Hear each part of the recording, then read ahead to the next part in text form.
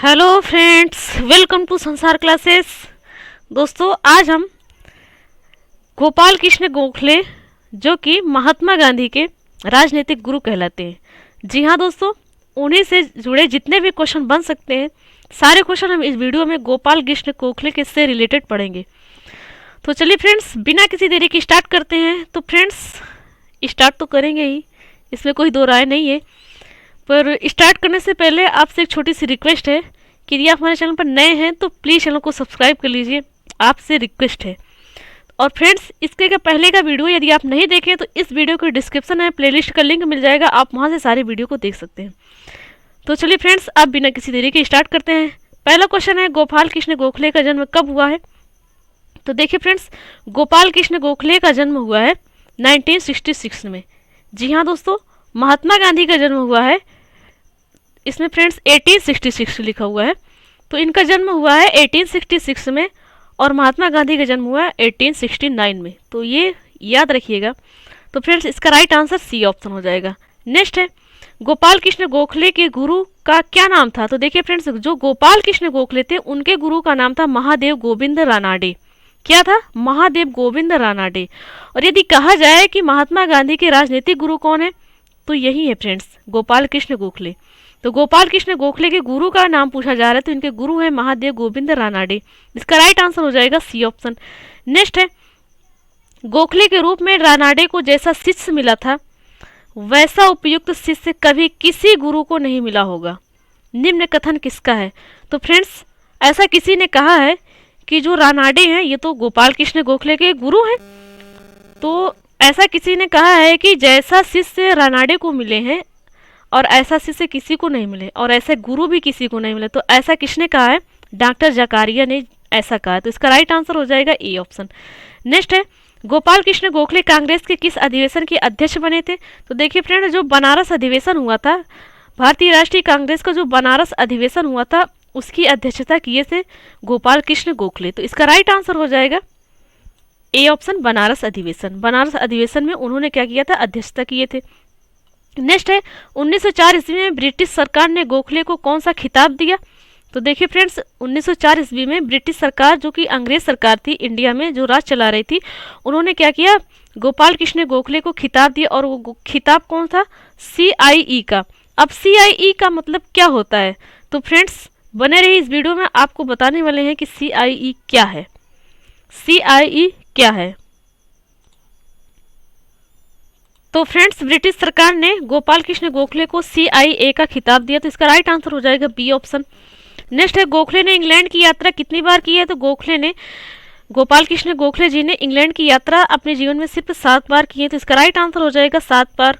Next है, गोखले को कौन पुण्यात्मा गोखले कहा करते थे?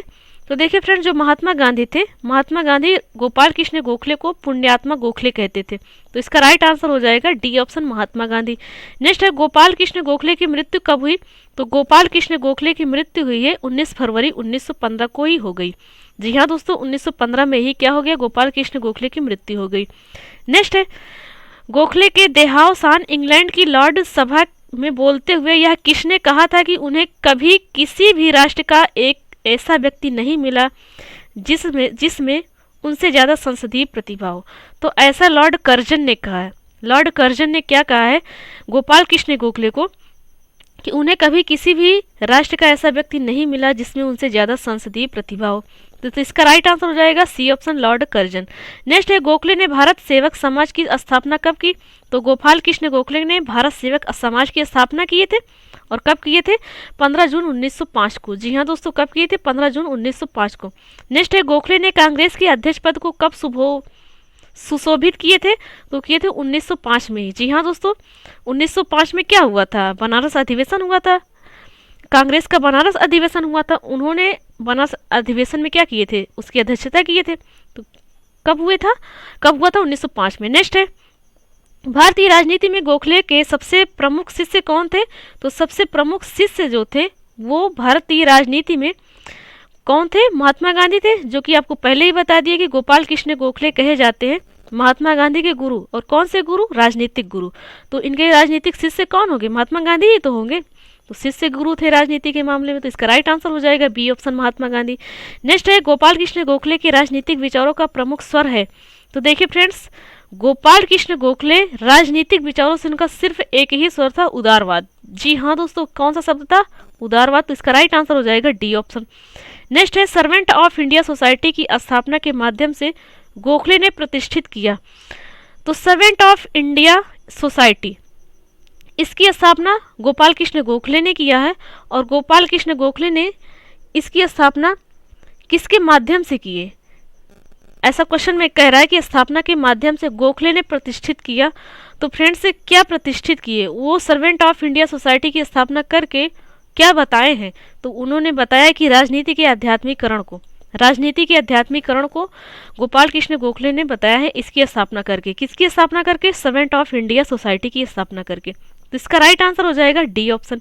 नेक्स्ट है क्षमा याचना प्रकरण में ब्रिटिश जनता से क्षमा मांगने के संबंध में गोखले के व्यक्तित्व का निम्नांकित पक्ष को उजागर हुआ।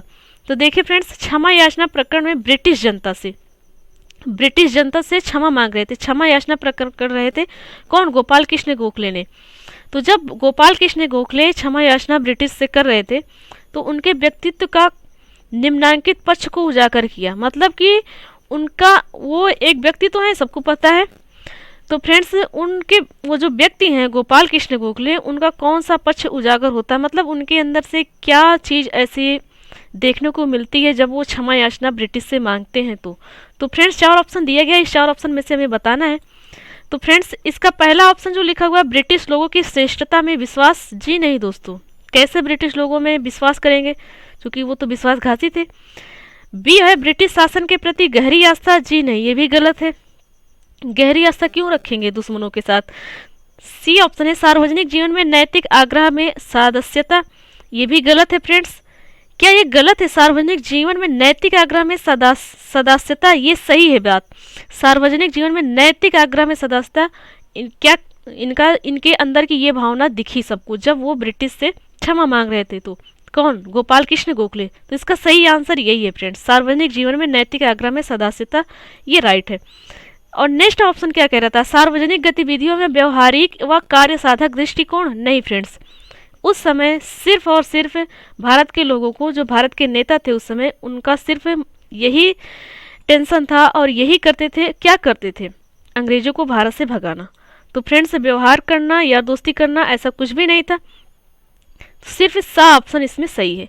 नेक्स्ट है वेल्वी आयोग के समक्ष अपनी गवाही में गोपाल कृष्ण गोखले ने निम्न बात का प्रतिपादन किए। तो देखिए फ्रेंड्स, जो वेल्वी आयोग हुआ था, तो वेल्वी आयोग के समक्ष अपनी गवाही दिए थे। जो उन्होंने कहा था, जो बोले थे, मतलब जो गवाही किए थे, उन्होंने क्या कहा था? उन्होंने कहा था कि भारत में वयस्क मताधिकार को अपनाने की आवश्यकता। नहीं फ्रेंड्स, भारत में प्रशासन का पूर्णतः विकेंद्रीकरण। ये भी नहीं। भारत में आर्थिक व वित्तीय सुधारों की सहायता। जी हाँ दोस्तों, ऐसी बातें गोपाल कृष्ण गोखले ने वेल्वी आयोग में कहा था। उन्होंने ये बात नहीं कही थी। ये तो हमें इस समय देखने को मिल रहा है पहला ऑप्शन, भारत में वयस्क मताधिकार को अपनाने की आवश्यकता। ये हम इस समय प्रेजेंट टाइम देखने के लिए मिल रहा है कि जितने भी वयस्क हैं सबका वोटर आईडी बना दीजिए, सब वोटिंग करने जाएं, ऐसा इस समय दिख रहा है। पर फ्रेंड्स, उस समय ऐसा नहीं था।